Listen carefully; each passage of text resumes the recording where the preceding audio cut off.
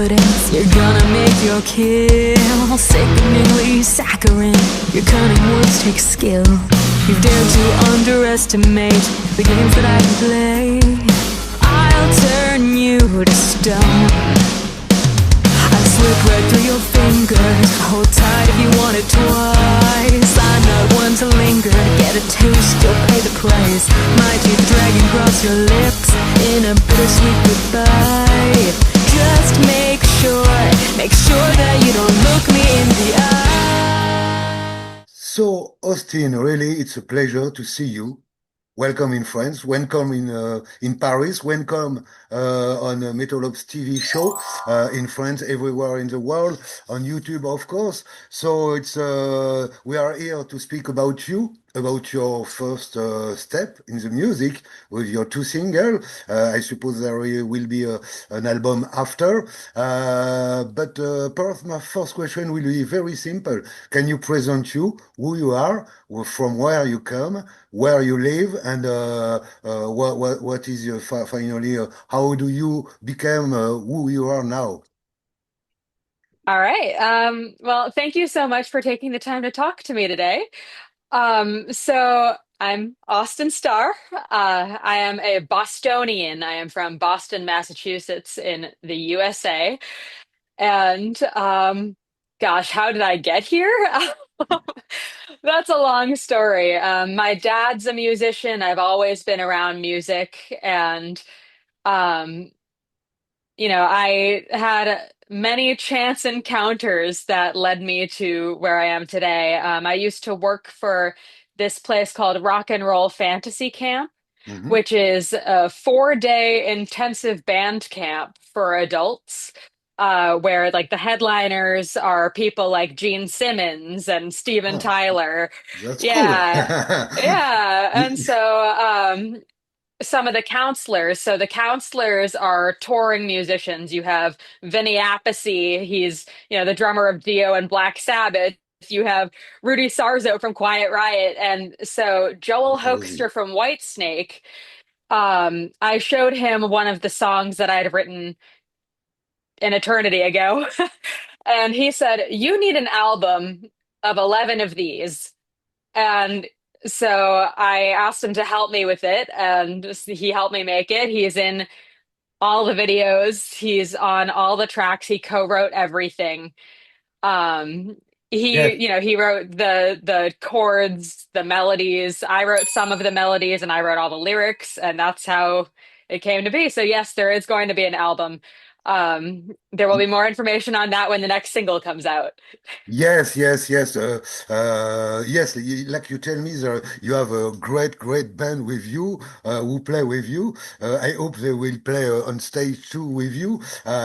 Joel Hoekstra from Whitesnake, Revolution Saints, Trans-Siberian Orchestra, Cher, you work with Cher too. You have Chris Collier, he's a producer too. He work with Mick Mars, Lita Ford, Steve Ferlazzo, who works with Avril Lavigne, Chloe Lowery from Trans-Siberian Orchestra, an incredible band.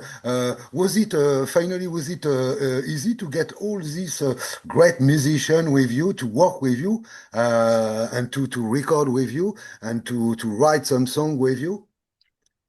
So it was super easy to get Joel's help with this because Joel, knows everybody. He knew Chris Collier, he knew Steve Ferlazzo, he knew Chloe Lowery, so he got all those musicians onto the tracks. And Steve Ferlazzo actually was the one who got the video band in there. So the guys in the videos are not the ones who played on the recordings. They were specific to the videos, but they learned the songs note for note very quickly Uh-huh. for the videos themselves. And working with them was really interesting because it was all asynchronous. So we had Joel record the guitars, we had Chris record the bass out in, I think he's in Vegas.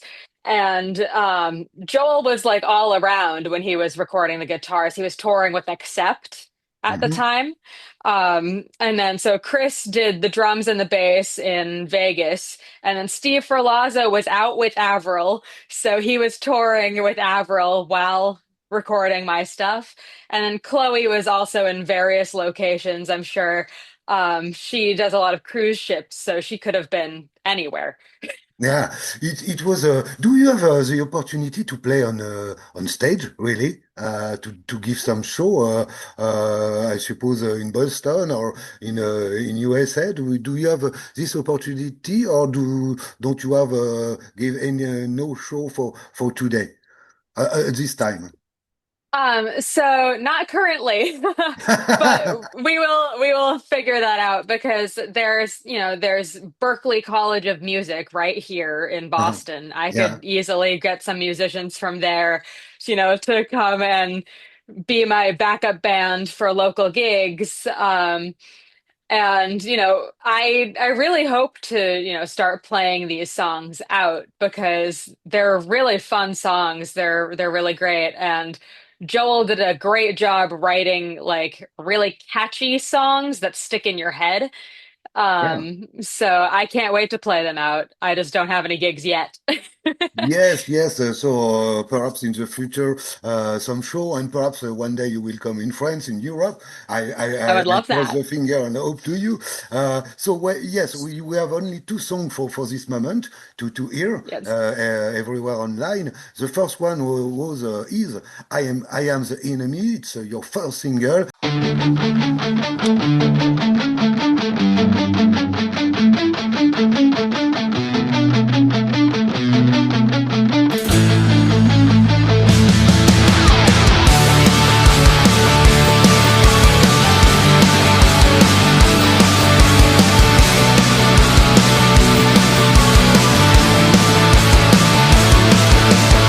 Living the dream, look at you now. Cut all the thorns off of your crown. The upper hand you think you found, it isn't real.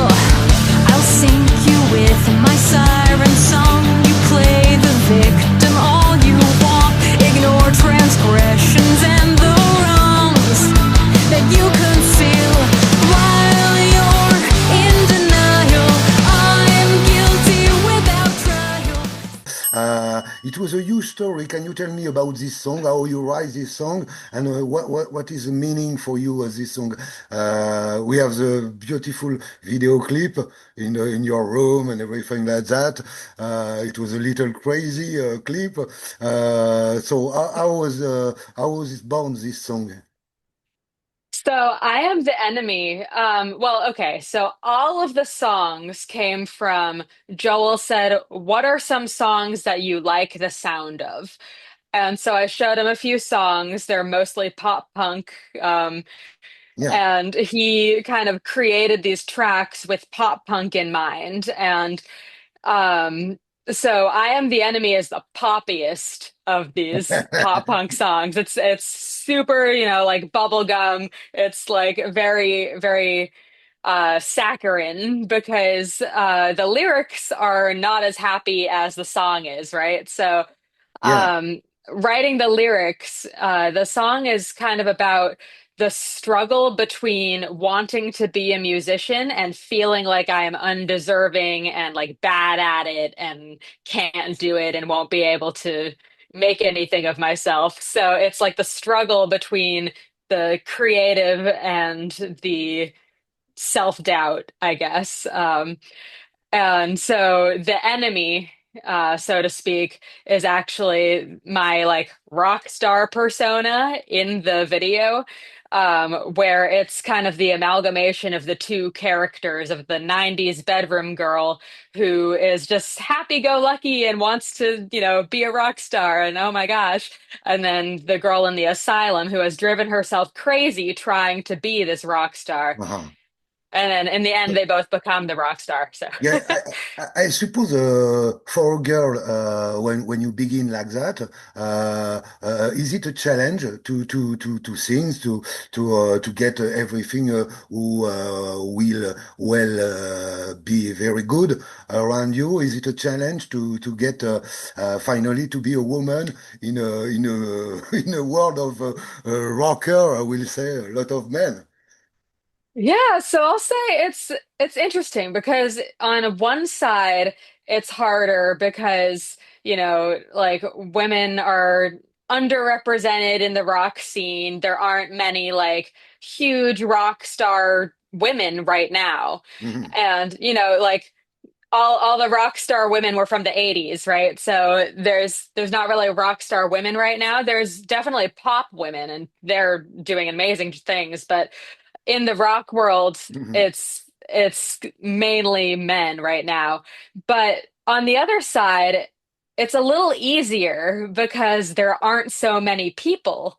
So it's a little easier to get your name out there, get yourself out there because you're a little bit more unique in that there aren't that many women around that are doing mhm, rock right now. Like you have Taylor Momsen from the Pretty Reckless. She is what I would consider the female rock star right now. mhm. Lizzie Hale is another one, like the female rock stars right now are not the top artists on like globally, but they are doing very, very well in their domain. And I think it's because as women, we have this, I guess, advantage a little bit in that there aren't so many of us Mhm. that you can just be like, it's just another chick Yeah. band. It's just another, where with men, you might be able to say like, oh, it's just another band of four guys whining about things. So Yes, like you say, there are a lot of rock star in the 80s, like Lita Ford, like Pat Benatar, JOHANA JETT too, who is a huge star with his single. Now you are finally the new generation in a way. From the rock music with only a girl who sings and with a band of men. yeah, so that's actually that was engineered in a certain way because it's similar to the Pretty Reckless. Taylor Momsen's backing band is all men as well. But it was engineered that way because for the videos, we wanted to have, the video Addicted to Love. Yeah. You know how there's like the model girls who play the instruments who, probably can't actually play instruments, but they're playing the instruments. And they all look exactly the same. That was the idea for my backing band was they would be these sort of like emo robots, so to speak. So we had Joel and we had Mike Hill on bass and we had Mike Dupke on drums and they all dressed exactly the same, same accessories, same hats, same wristbands, same, belts, everything, to get the band to all look the same so that I could stand out as a solo artist, which is technically what the project is. Yes, yes, that was the idea, and you get well with this idea. About the songs, I suppose you record a lot of songs. How many songs do you record, and when do you think there will be an album? I suppose perhaps next year. You tell me that there will be a new single very soon. So how many songs do you record finally?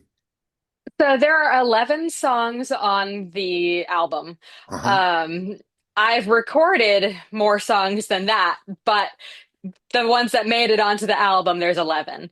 And yes, so the album will have more information coming when the next single comes out, which is in a few weeks. So So in that's few really weeks, exciting.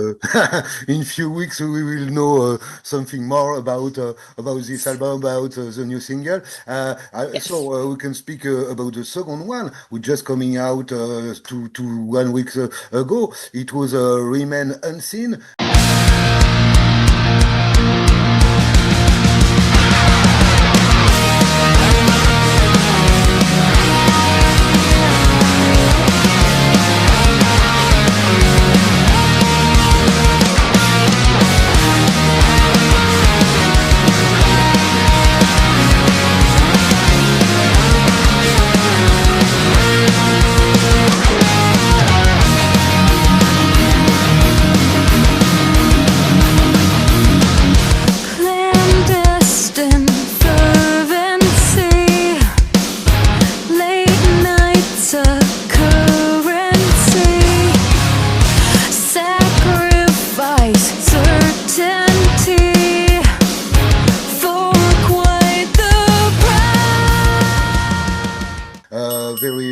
excellent songs, of course. The second one that you put online. What about this song? Tell me the story of this song. Yeah, so this one was really cool. So the tracks that I had shown Joel that he was kind of basing things off of were Ohio is for Lovers by Hawthorne Heights and Welcome to the Black Parade by My Chemical Romance. You can hear those influences in there. And Remain Unseen was the working title. It was the title that Joel gave the track when he sent it to me. Mhm. And I was like, that sounds like a really cool idea. That sounds like something I want to write. And so I decided to go along with that idea of like, okay, what is a situation that you would want to remain unseen? And then when I got to the chorus, I was hearing this one line over and over in my head, which was down the rabbit hole. And that is the first line of the chorus. And I was like, okay, so if I'm going to go with this, it's going to be an Alice in Wonderland kind of idea. Mhm. And it's going to be, what if Alice grew up? What wouldn't she want us to know about Wonderland, right? So it's a song about like what kind of trouble would Alice get up to were she to, grow up. So Yes, it was a good story. Just about Joel. So on the two songs, he doesn't play really a solo. Do you think there will be some solo in other songs? I mean, when you get a guitarist like that. So there are a couple of solos that are a little more Joel style, but they're still very simplified Uh-huh. because of the nature of the project. Like it's not really a project where a shred solo is necessarily appropriate. And Joel knows that. And as the pro musician that he knows when to dial it back. Yeah. And he focused a lot more on the songwriting, the melodies, the chords, and then the solos often will follow, the melody of the chorus Mm. or things like that. But there are a couple of solos that are a little different in there. And again, they're not like huge shred solos like you're used to hearing with Joel, Yeah. but they fit the project really well. So Yeah, yeah, it do what you need finally in your music, and of course he don't do a lot of shredding solo like he do in other band. So how was it for you in studio to record the? I suppose all the vocals are recording now. yeah. Was it a huge job? It was the first time finally you record in studio, I suppose. Is it in a home studio or in a really? I will say classic studio. How do you work for this album, for this song and these two songs, two single? So it was a classic studio, but it's my dad's studio, right? My dad has his own recording studio, so I tracked my vocals with my dad, and that can be a good thing and a bad thing. Um, So it's he works for you. Your dad works yes. for you. It's good. It's Yeah, in so family.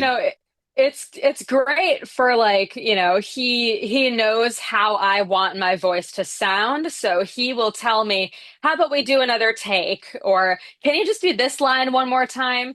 if he thinks that I didn't quite get it the way that I would want it, which is great. The other side of it is that he witnesses the meltdowns that would not occur if I were in a like more professional setting with a different engineer. Yeah. So I will break down in the middle of a recording session if my dad is the engineer because he's used Ah. to seeing that. So yeah, it's it's good to get a dad like that in the music, I suppose. It was do you have a title for the album, or is it a secret for now? So we will waiting for the title of the album and for the cover and Yes. everything. So how do you feel now? The album is recorded. So I suppose you like you tell me there is another single in some weeks. And after, how do you feel? You are waiting. Are you anxious? What are you waiting? You know, the album is coming out, I suppose, in the beginning of the year, perhaps. So next year, of course. So how do you feel? I am a very anxious creature overall. So I definitely feel anxious. But I'm excited about it. You know, the two singles that have come out so far have had a really good response. Most of the comments have been nice. I've gotten some mean comments here and there, but most of them have been nice. And I Am the Enemy has, I think, 47,000 views on YouTube, and Remain Unseen has 28,000 views on YouTube, which is crazy Mm. for, a first-time artist that's just starting out. That, like I didn't expect anything like this. Ask anyone I worked with for this album, they'll tell you that I was expecting like maybe like 15 people might like it. But it's better, of course. Yeah. Yes. As a singer, I suppose you have some heroes, some idols, some people who influence you when you begin. I know that you begin very young. Like you say, you sing a little pop songs, but you are a child at this time, of course. So who are your heroes in the rock music? So I've mentioned her several times already, but Taylor Momsen from The Pretty Reckless is like my number one.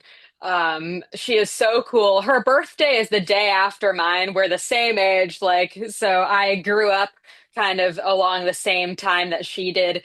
And so watching her progression just made me more excited about the potential for mine. And so she's my like modern day like who I would want to be if I could be somebody else. I really like Debbie Harry from Blondie. Uh-huh. I think she is incredible. She has one of those voices that like you recognize it immediately. Like you Mm. hear a song, you're like, that's Blondie. That's Mhm. that's Debbie Harry.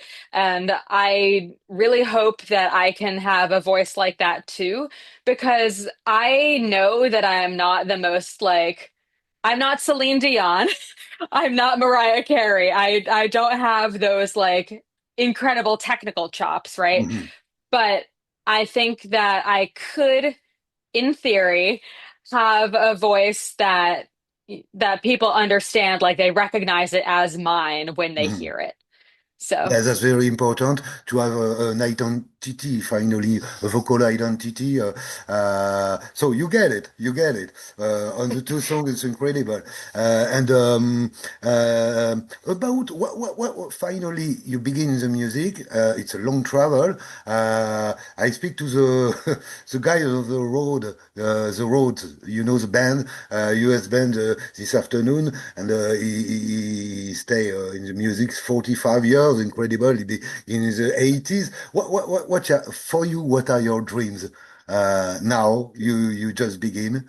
And will be this album. We are waiting for the album. Yeah. So, what are your dreams?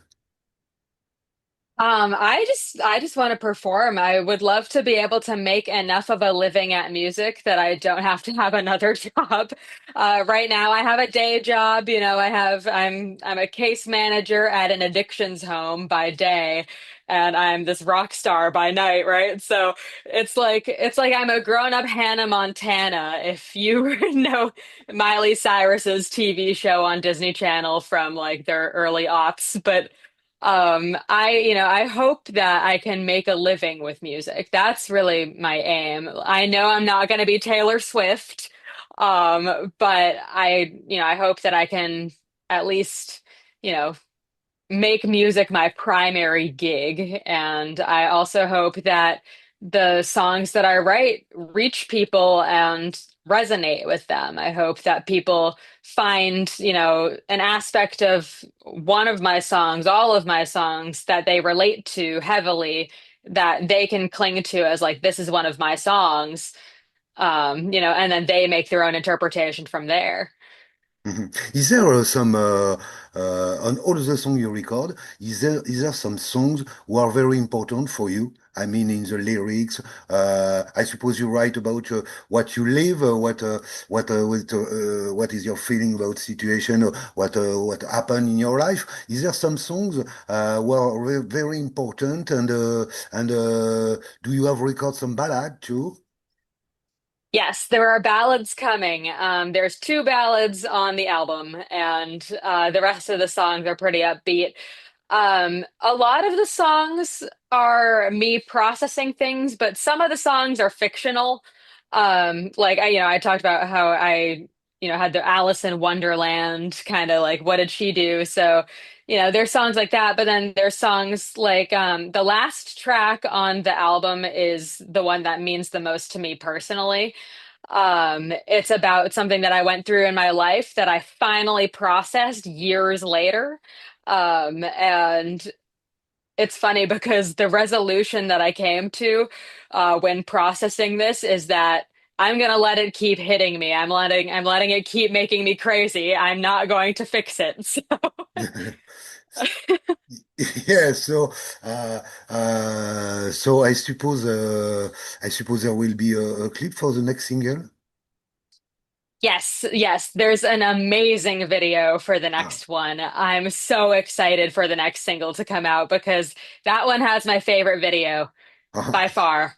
Uh, do So do I'm you really like excited. do you like to turn video finally? Is it easy or is it a huge job? Some people, some musicians say, well, yeah, it's very long and everything like that. How do you feel in the captation of the last two clip? I will say because I don't know the third one, but we will know very soon, Yes. everybody.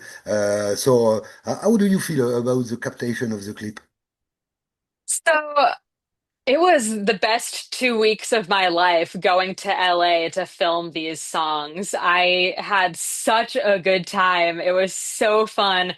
And everyone on set was amazing. And nobody was a diva. Nobody was like a grump. Everyone was in a great mood. Everyone was having so much fun. I was having so much fun. And it just was a great vibe that we all had. And it made for a really, really good 2 weeks of shooting these songs. We had, I think, 6 shoot days over the 2 weeks to get all of the singles recorded. And it's it's so fun for me, honestly. I had never done a music video before in my life, and now I've done, all of my singles are music videos now. So, doing I Am the Enemy, that was 3 separate shoot days. There was the day that we shot at the Viper Room. There was the day that we shot in the like asylum room, and there was the day we shot in the bedroom. And each of those days just felt so different, but it was so much fun the whole time. Um, the Remain Unseen video came together very quickly because it was just on one sound stage and we just, changed the lighting and kind of some of the like props, so to speak. And yeah, but everyone was amazing. The director he knew exactly what shots he wanted, exactly what he wanted to do. That's Nick Giamenti. He actually has his own band. It's called My Ticket Home. They're really great. They're like screamo, but they're really great. And Joel is in the videos. If you didn't notice, he's kind of incognito. He had his hair tucked under a hat for Remain Unseen, and in I Am the Enemy, he just had it like pinned up in the back, so Yeah, we don't you couldn't really recognize tell it was we him. don't Yeah. recognize him, you know. It's like yeah, all the musicians are back and then you are in front, of course. And yes, we don't recognize it. It was a little crazy. I just look Yeah. because I'm a huge fan of Whitesnake and of course on the many bands like that. And but I say, yeah, it's him. uh, Yeah, he didn't originally want to do it. He thought like, oh, well, I'm not going to fit the look of the video. And I was like, we will make you fit the mm, look of the video. yeah. So we convinced him. Yeah, yes, you do it very well. So you tell me how many clips finally we could have for this album? You tell me that you film many clips. We have four singles for the album. Yeah. Each of them have videos, and they will be coming out throughout the rest of the fall, early winter. And so you For have two of them. There's two left, and then the album yeah. So we got also a clip for a single for Christmas, something like that. around then. Yeah. A good gift, a good gift Yes. to get that.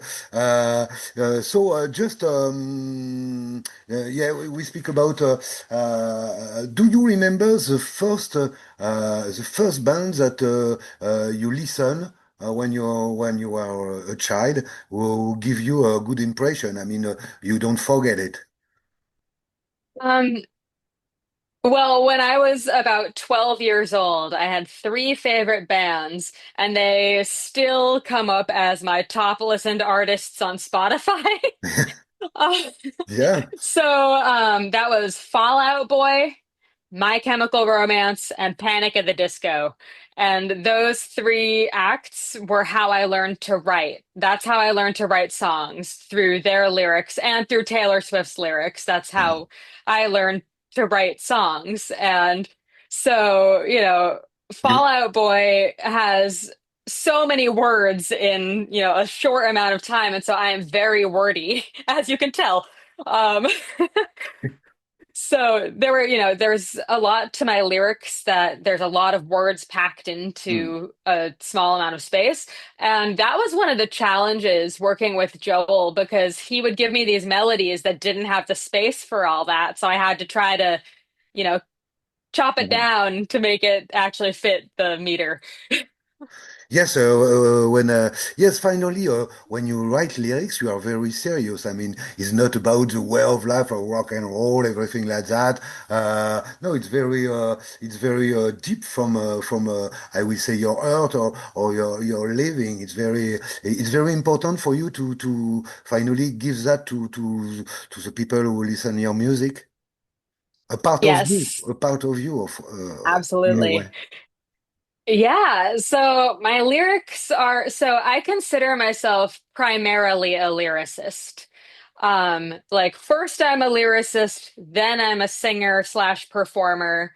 Then, I can play like a little bit of guitar and a little bit of piano, but so I'm a lyricist first and foremost. And everything I write is like very intentional, down to things like articles like a versus like if I say, um, like, I don't know, the quick brown fox jumped over a lazy dog versus a quick brown fox jumped over a lazy dog, right? So you have to Mm. um, think about which article makes the most sense for, it's just even the tiniest words have to make the most sense for what I'm trying to say.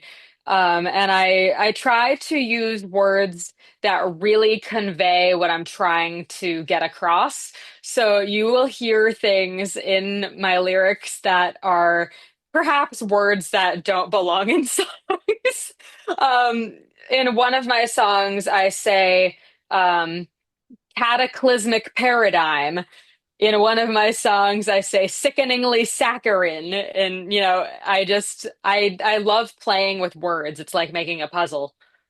I read that you learned the guitar now. Is Yes, it, so is it true? um, I can play a little bit of guitar. I'm not super proficient at it, but I am working on it. I actually took lessons from Joel. So, Yeah, it's good. You have a good professor, you know. oh yeah. Yeah. One of the So best. his lessons are incredible because he teaches more like music theory. He doesn't teach me how to play like, oh, like, can you teach me this song?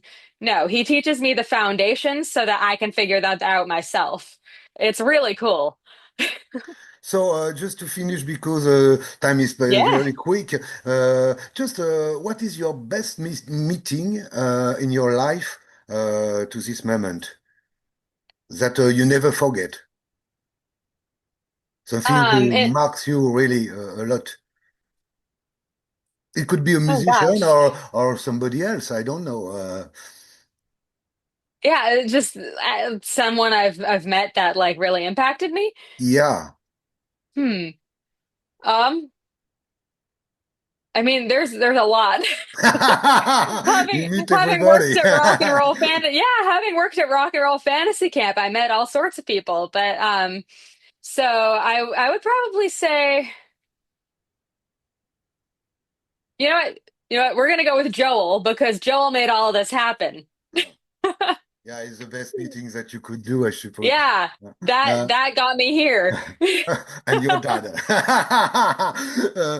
So just last question, what would you want to say more about the album, about the single, about your music to present to who is very important for your family, for you, that everybody will understand on Metal Ops TV in France, of course, because a lot of French people will discover you too. So what is important for you? What's important for me about the songs on this album specifically, um, is the variation between things. There's a lot of, there's the poppy songs, there's the dark songs, there's the, the kind of more like guitar oriented, there's the more keyboard oriented, right? So I want people to really pay attention to how different all the songs are from one another. And I also want them to pay attention to the lyrics, of course, because that's my domain. Yeah, thank you very much, Austin, for this interview, for this moment with you, and we are still waiting now. All the great songs that you speak about, and you will present in the future. And thank you to be here in France, in the world, on YouTube, and on Metal Ops TV. Thank you really very much. It was a pleasure. Merci beaucoup. Cheers. Au revoir. En français, on dit À au revoir. bientôt. Bye bye. Thank you. Bye. Thanks.